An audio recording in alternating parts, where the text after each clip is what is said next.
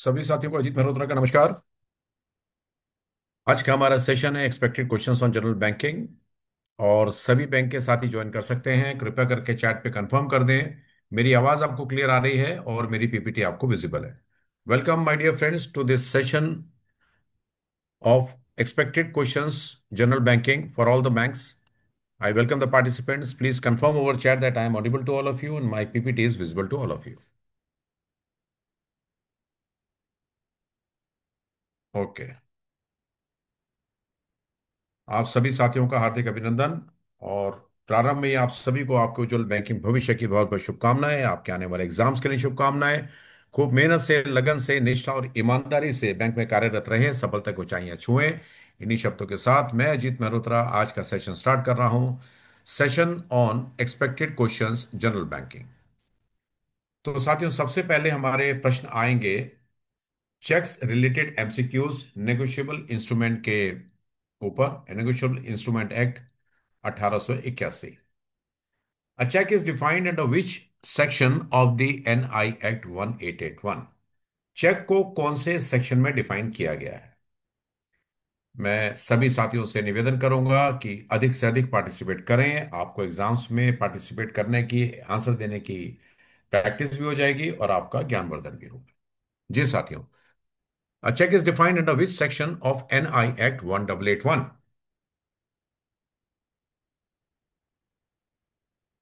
Okay. साथी सी भी कह रहे हैं, डी भी कह रहे हैं। कुछ साथियों ने बी आंसर भी दिया है। ओके, अभी तक के आंसर्स में तो बी आंसर ज्यादा दिया साथियों ने। मैं फिर से निवेदन करूंगा। I request my friends, all the participants to please answer the MCQs.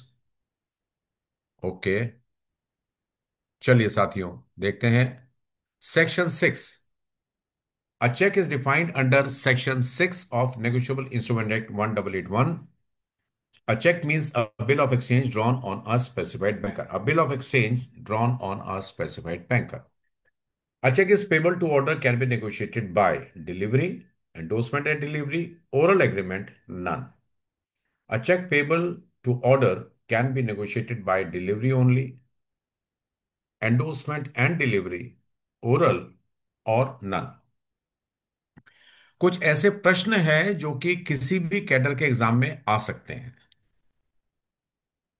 तो हालांकि बहुत बेसिक क्वेश्चंस हैं ये। बिल्कुल ठीक है, इसमें हम अधिक इंतजार नहीं करेंगे।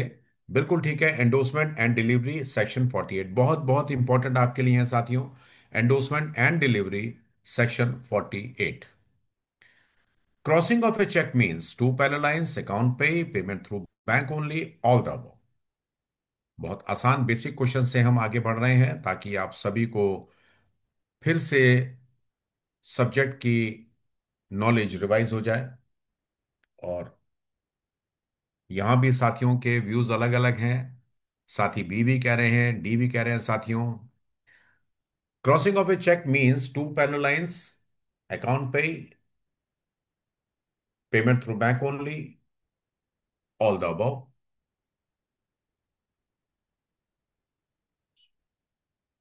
ओके, अधिकतर साथी मेरे डी आंसर दे रहे हैं। And let's see, D is the correct answer. All the above are correct. Crossing ensures safety of payment. Which section deals with dishonor of insufficient funds? Which section deals with dishonor for insufficient funds?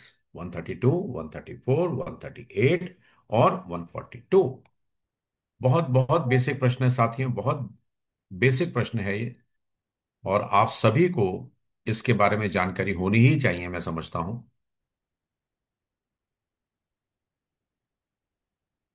Okay, will not wait much. Yes, section 138 NI act, dishonour of cheque offence, सबको मालूम है ये। आगे बढ़ते हैं। Time limit for presenting a cheque for payment. 1 महीना, 3 महीना, 6 महीना, नो लिमिट, ऑल नो। आप सब जानते हैं, मेरे 42 साथी आ चुके हैं। प्रश्न के उत्तर सभी दे तो अच्छा रहेगा।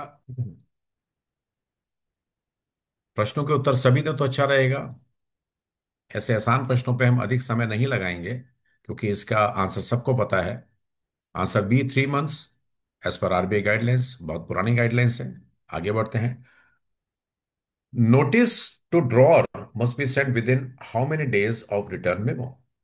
7, 15, 30 और 45? Notice to drawer of the check must be sent within how many days of the return memo? इसका आंसर मेरे साथी बी दे रहे हैं। अभी एक साथी ने सी आंसर भी दिया है।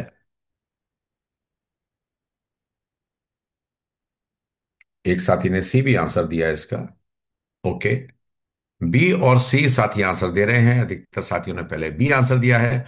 साथियों, बहुत अभी आपको बेसिक प्रश्न पूछे जा रहे हैं और कम साथी पार्टिसिपेट कर रहे हैं। मेरा निवेदन फिर से है, all the participant should participate in the quiz, MCQs. आपकी बैंकिंग नॉलेज बढ़ेगी, एग्जाम देने की प्रैक्टिस आपको होगी। ओके।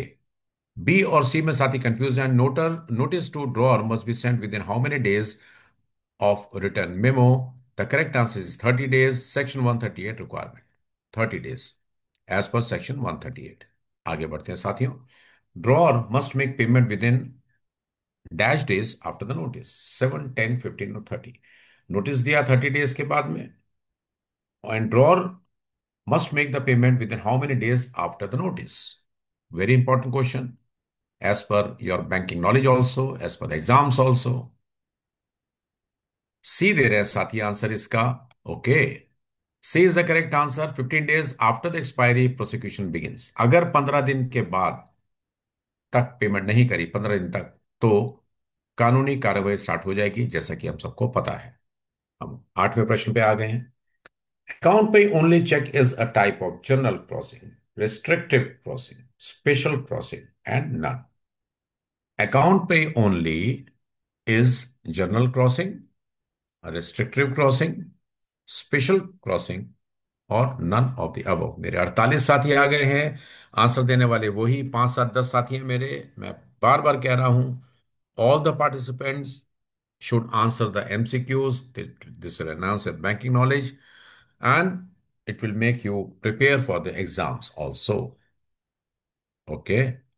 सी दे रहे हैं साथी। ए और सी में साथियों देखिए, जो भी साथी प्रश्न का उत्तर दे रहे हैं, ट्राई कर रहे हैं, बहुत बहुत आप सबको शुभाशीष कि आप एटलीस्ट ट्राई तो कर रहे हैं। मगर देखिए कि इन बेसिक क्वेश्चंस की भी आपकी नॉलेज कितनी वेरी कर रही है। तो इसलिए मैं कह रहा हूं कि बहुत बहुत इंपॉर्टेंट सेशंस है हमारे बैंकिंग ज्ञान केंद्र के, और पार्टिसिपेट करें, बहुत ध्यान दें। ओके। ए सी, ए अधिकतर साथी दे रहे हैं। Account pay crossing is a restrictive crossing, amount credited only to the paid. ये रिस्ट्रिक्टिव क्रॉसिंग है, और जो पेई है उसी के खाते में क्रेडिट होना चाहिए। Who is the drawee in case of a cheque? Who is the drawee in case of a cheque? Drawer, payee, banker, endorser. Cheque के केस में ड्रॉई कौन है? ड्रॉर है, पेई है, बैंकर है, या एंडोसर है?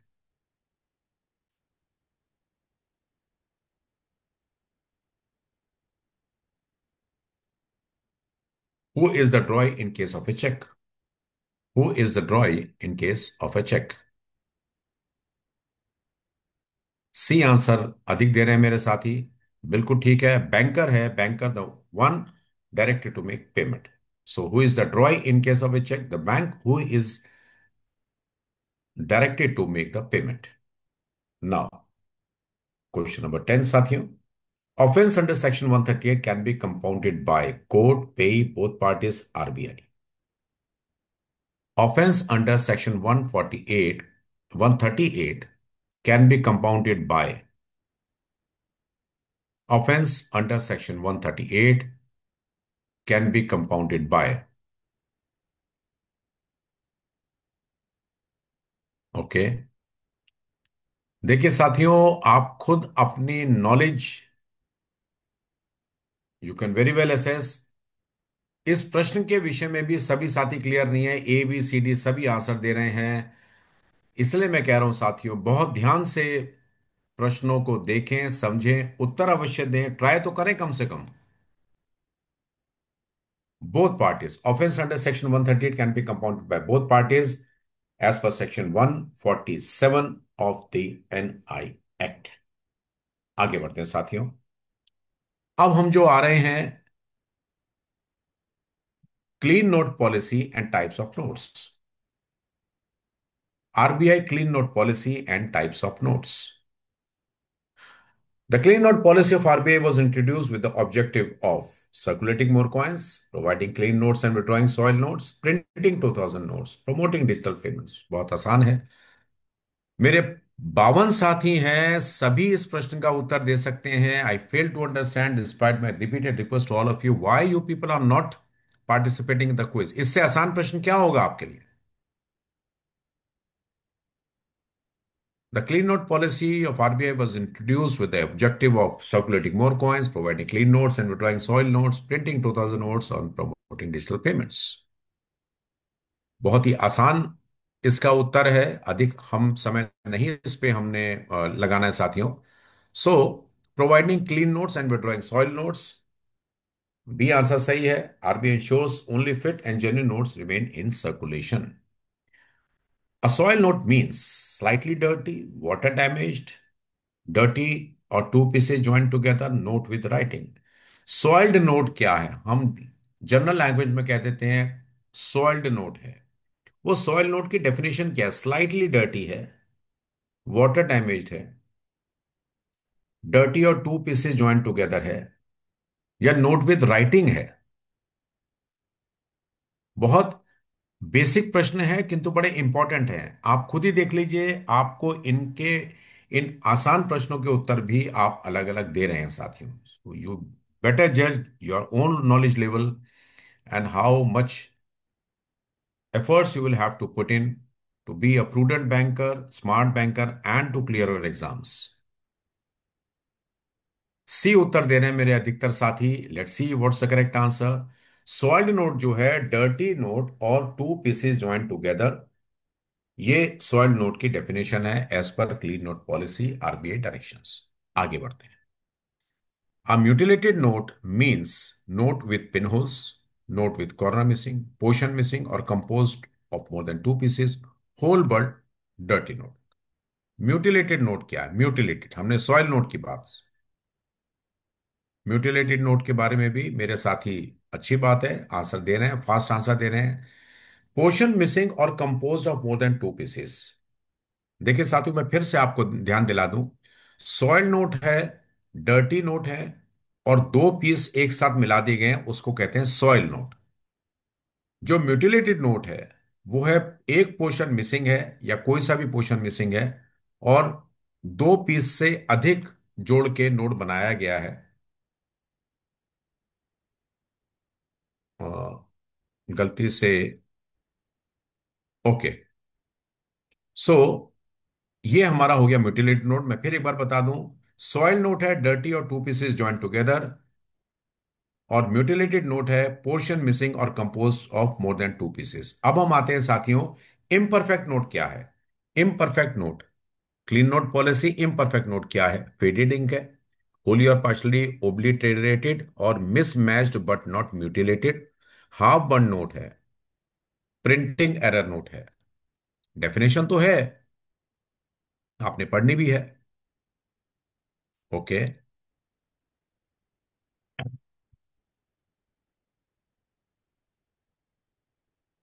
हम्म। अधिकतर साथी जो है वो इसका बी उत्तर दे रहे हैं साथियों। बिल्कुल ठीक है, बी उत्तर। जो इम्परफेक्ट नोट है वो नोट है होली और पार्शली ओब्लिटरेटेड और मिसमैच बट नॉट म्यूटिलेटेड नहीं है। ठीक है ना? तो ये जो नोट है, डेफिनेशन आपको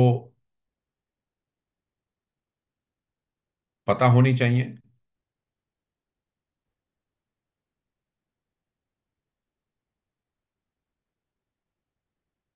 होली और पार्शली ओब्लिटरेटेड और मिसमैच बट नॉट म्यूटिलेटेड, जिसके निशान थोड़े से मिट से गए हैं, तो ये डेफिनेशन है इम्परफेक्ट नोट की।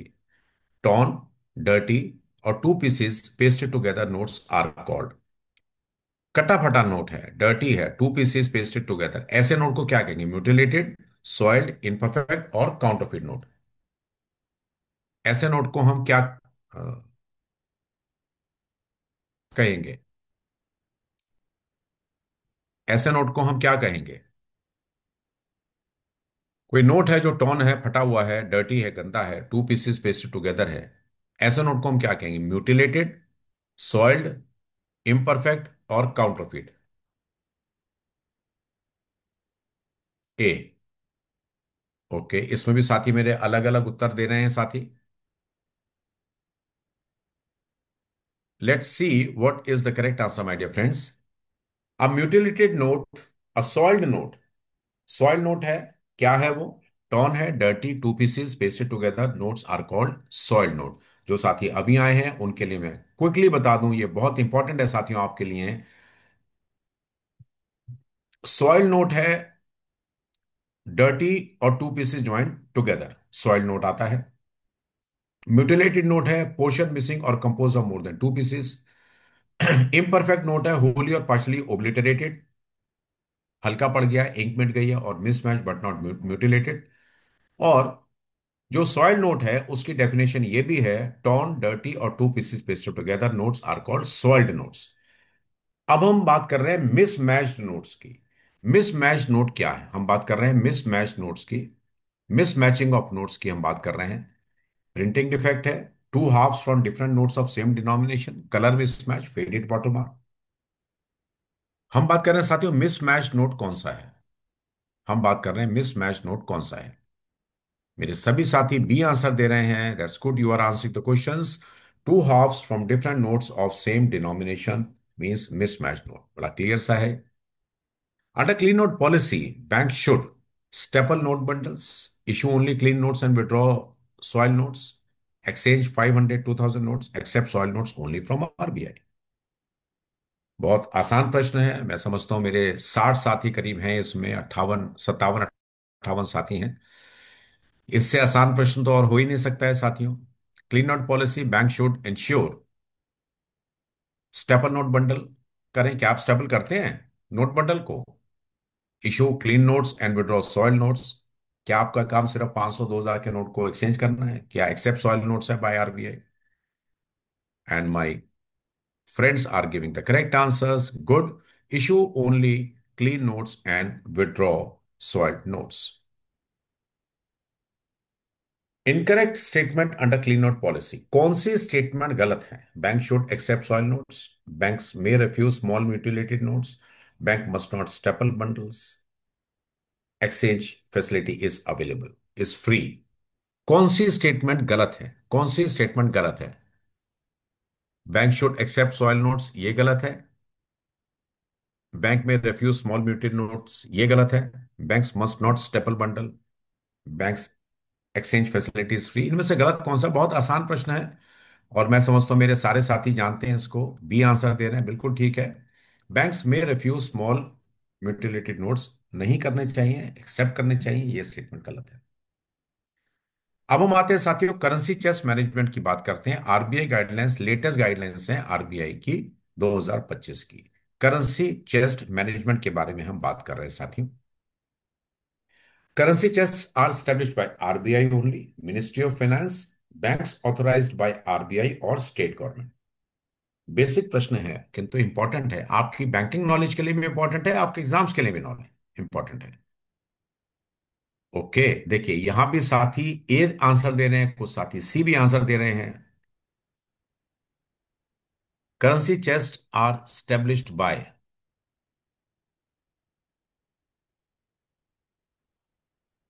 Currency chest are established by. Okay, ये भी आंसर देते हैं किसने दिया है। मेरे साथी सी आंसर दे रहे हैं, कुछ साथी ए आंसर दे रहे हैं। Banks authorised by RBI, banks authorised by RBI act as agents of RBI for currency management. Currency chest are established by banks authorised by RBI. Department of overseeing currency chest operations, department of payment systems, issue department, department of currency management, department of banking supervision. बहुत आप सुनते हैं ऐसे departments के बारे में। Reserve bank का कौन सा डिपार्टमेंट है जो करेंसी चेस्ट ऑपरेशंस को देखता है? जो करेंसी चेस्ट ऑपरेशंस को देखता है। मेरे साथी सी आंसर दे रहे हैं, डिपार्टमेंट ऑफ पेमेंट सिस्टम है, इशू डिपार्टमेंट है, डिपार्टमेंट ऑफ करेंसी मैनेजमेंट है, या डिपार्टमेंट ऑफ बैंकिंग सुपरविजन है। ओके, अधिकतर साथी मेरे सी आंसर दे रहे हैं। Let's see which is the correct answer. Department of currency management controls issue and operations as per clean note policy. RBI जो है, आरबीआई का डिपार्टमेंट है, डिपार्टमेंट ऑफ करेंसी मैनेजमेंट, जो करेंसी चेस्ट ऑपरेशंस को देखता है। Now the minimum balance in the currency chest is called operational limit, floor limit, chest minimum और buffer balance. जो साथी करेंसी चेस्ट में है, या जो करेंसी चेस्ट का इंस्पेक्शन कर किया है जिन्होंने, स्केल 4 एंड अबव, उन साथियों को इसके बारे में पता होगा, होना चाहिए। बाकी साथियों को भी पता होना चाहिए। मैं बार बार कहता हूं, एग्जाम क्लियर करना फिर एक सेकेंडरी एस्पेक्ट है। आपको स्मार्ट बैंकर बनना है, समझदार सूझबूझ वाला प्रूडेंट बैंकर बनना है, नॉलेज गेन करनी है, ज्ञान वर्धन करना है। साथ ही मेरे बी आंसर देख दे रहे हैं। Let's see what is the correct answer. Floor limit, currency chest में जो मिनिमम बैलेंस है उसको कहते हैं floor limit, ensures minimum stocks to meet circulation needs. आगे बढ़ते हैं साथियों। Currency chest transactions are reported to RBI through email, ICCOMS, manual और monthly returns. Currency chest transactions are reported to RBI through, currency chest operations RBI को report हमने करना है, किसके थ्रू हमने करना है?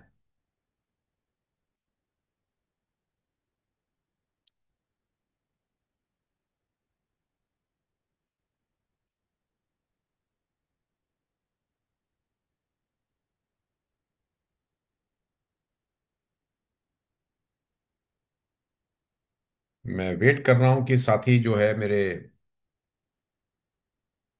आंसर इसका दें। Let's see.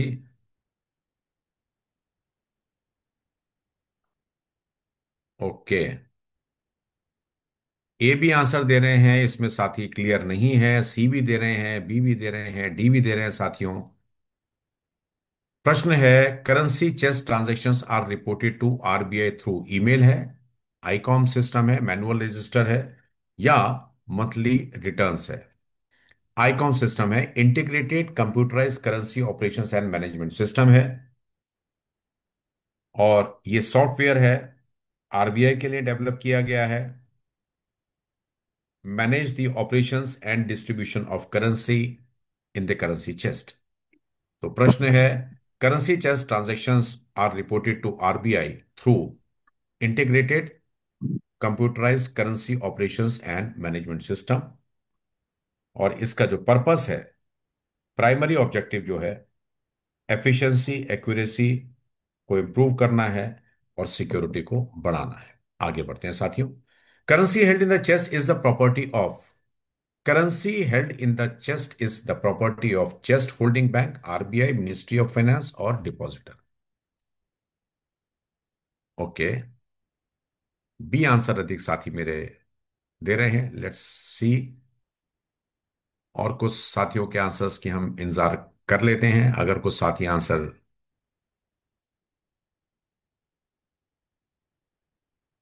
दे रहे हैं तो। Currency held in the chest, in the currency chest, is the property of currency chest holding bank, RBI, Ministry of Finance और डिपॉजिटर। बी और डी में कंफ्यूजन है साथियों का। Let's see.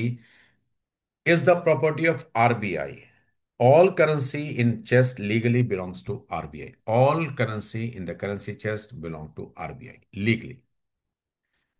Surprise verification of chest balance must be done daily, weekly, monthly, quarterly.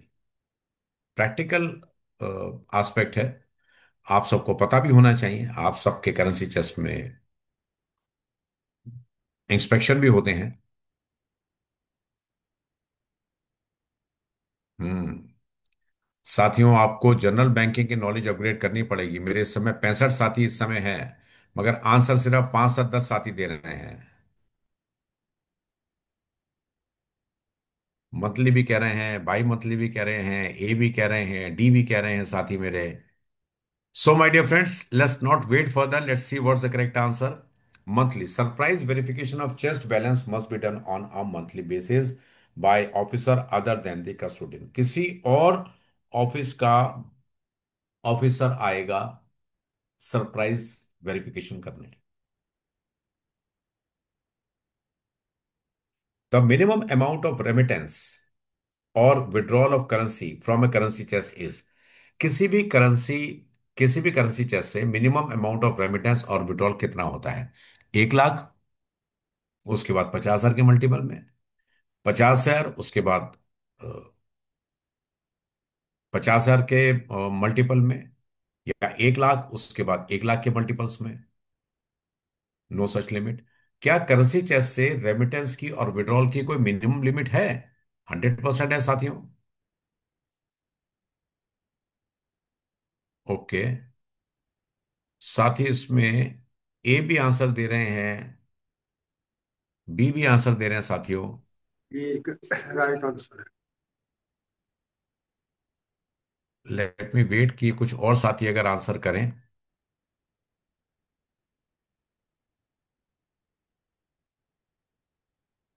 Okay, अभी और साथी answer नहीं कर रहे हैं।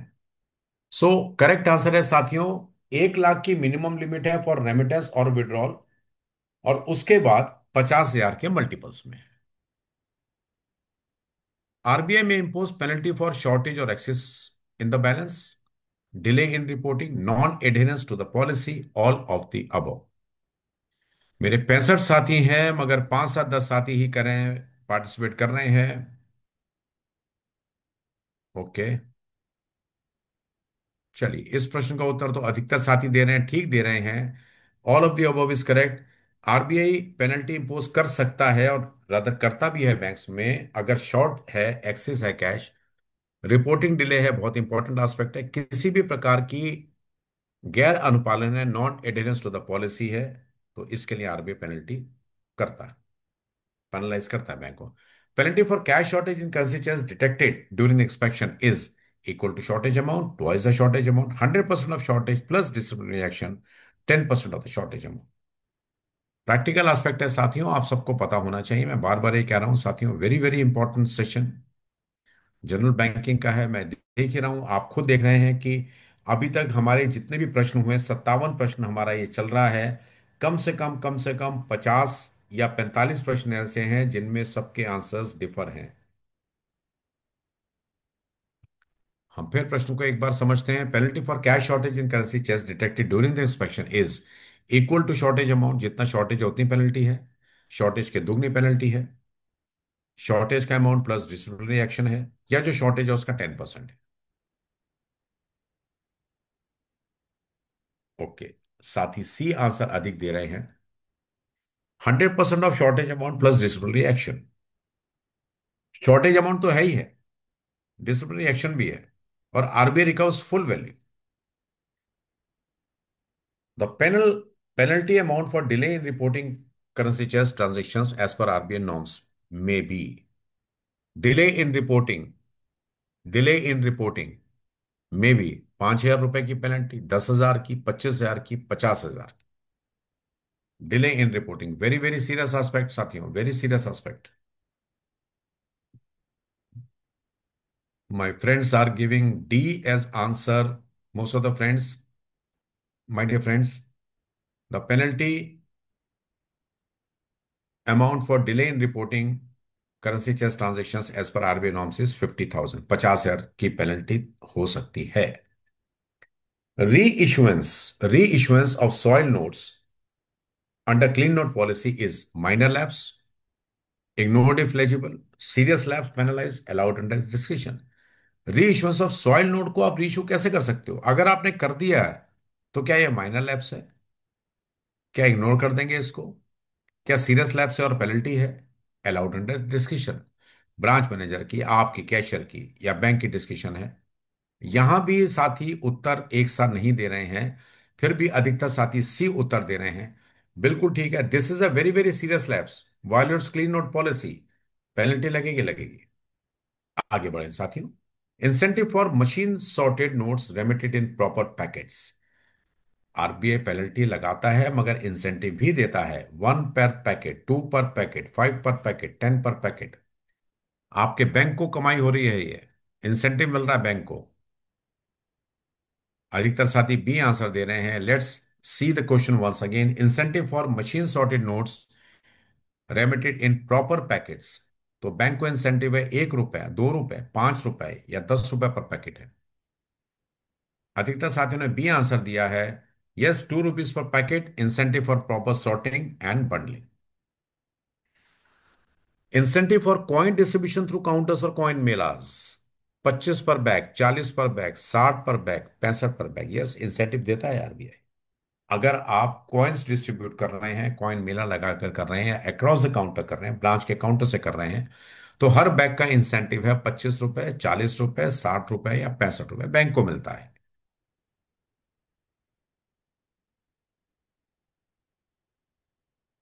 डी आंसर दे रहे हैं साथी, बी भी आंसर दे रहे हैं। ओके, सो इट इज 65 पर बैग। 65 पर bag of ₹100 under RBI coin distribution incentive scheme. इसको डिटेल को पूरी पढ़ लीजिएगा साथियों आप।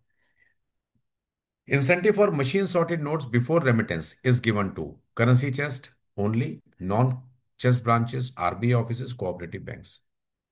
प्रश्न एक बार फिर देख लें। Incentive for machine sorted notes before the remittance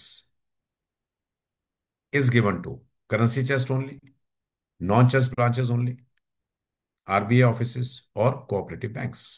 कम साथियों ने आंसर दिया है इसका, और यहां भी मिक्स्ड रिस्पॉन्स है साथी। अभी तक जितने भी हैं ए और बी इक्वल आंसर दे रहे हैं।